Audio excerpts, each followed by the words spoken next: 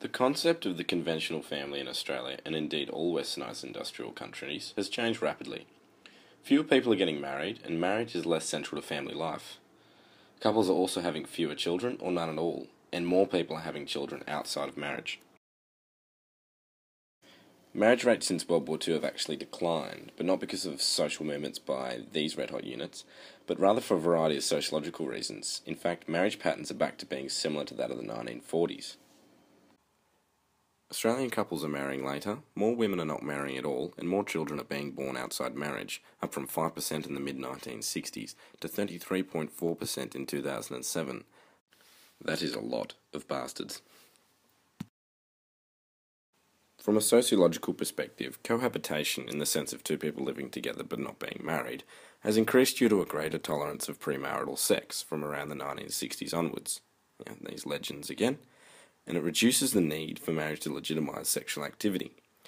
The proportion of couples preceding marriage with a period of living together has greatly increased, with 80% of people doing this in 2007 compared to 16% in 1975.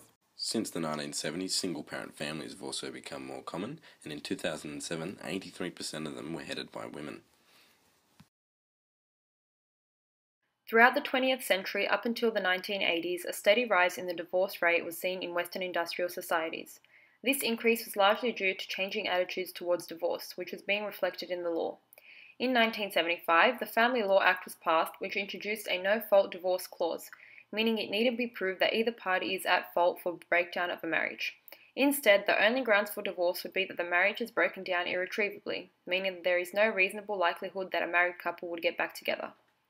This rise is also believed to be highly due to the growing economic independence of women due to their increased workforce participation since World War II, which allows women to support themselves instead of being dependent on the traditional idea of a breadwinner husband.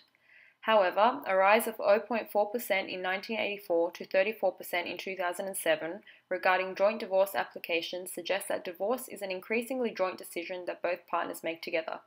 This is evident in the drop of both female applications from 59% in 1984 to 39% in 2007, and male applications from 40% in 1984 to 27% in 2007. Fertility decline is one of the major reasons for structural changes within the family. For most of the 19th century, children were seen to be economically beneficial at best and cheap to raise at worst. This was due to the fact that children were able to work and contribute to the family income. However, with the changing nature of work, schooling turned children into investments in the future rather than resources to be drawn upon in the present. After 1946, much of the rise in fertility was due to an increase in marriages and decline of the age of marriage. This had the effect of increasing the number of potential childbearing women and also their potential reproductive years. The decline in the fertility rate in Australia after 1970 was one of the world's most dramatic. This decline was a result of the social and economic changes such as the recession, which led both men and women to be more cautious about having children due to their costs. The changing role of women is another reason for this decline, which is apparent in the trend that since 1970s, women are having their first child later in life. The median age of mothers has risen from around 25 in 1972 to nearly 31 in 2010. Another reason for this decline is due to the high importance being placed on disposable income. When faced with the choice between procreation and increased consumption, families throughout the Western world have opted for the consumption. Women's participation in the workforce has had a rapid increase over the recent few decades, especially post-World War II. Where a large percentage of women had no wish to return back to a completely domestic life when their husbands returned from war.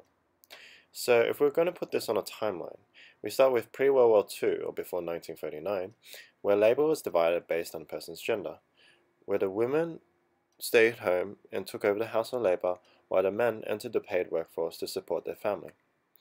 Enter World War II with guns blazing and the men being conscripted into the army. The women entered the workforce in order to keep the country running. After the war, many of the women did not leave their line of work, but rather stayed and worked part-time. This was where the participation in the workforce really started to rise. In 1945, 1 out of 4 women were working, but half a century later, in 2011, this number more than doubled to 58.5%. However, what is interesting to note is that 45.9% of women work part-time.